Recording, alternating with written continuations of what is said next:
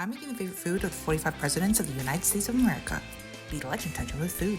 Today, we're talking about Harry S. Truman and Ozark pudding. Harry Truman was the 33rd president, serving almost 2 terms, inheriting presidency in 1945 after the death of Franklin D. Roosevelt, then winning the 1948 election to go on to serve his own full term from 1949 to 1953. When Roosevelt passed, Truman faced the daunting task of leading the country during the final stages of World War II. One of his most controversial decisions was authorizing the atomic bomb of Hiroshima and Nagasaki, which killed between 150 to 246,000 people. In 1947, he oversaw the founding of the United Nations and introduced the Truman Doctrine, which committed the U.S. to containing Soviet communism and became the foundation of Cold War policy. In 1950, the U.S. defended South Korea in the Korean War under the United Nations banner, but the war dragged on without a clear victory, leading to frustrations and a stalemate by the time he left office. Despite being the one and only to drop an atomic bomb ever in the world, Truman is ranked highly as a president amongst American scholars for leadership and meaningful impact.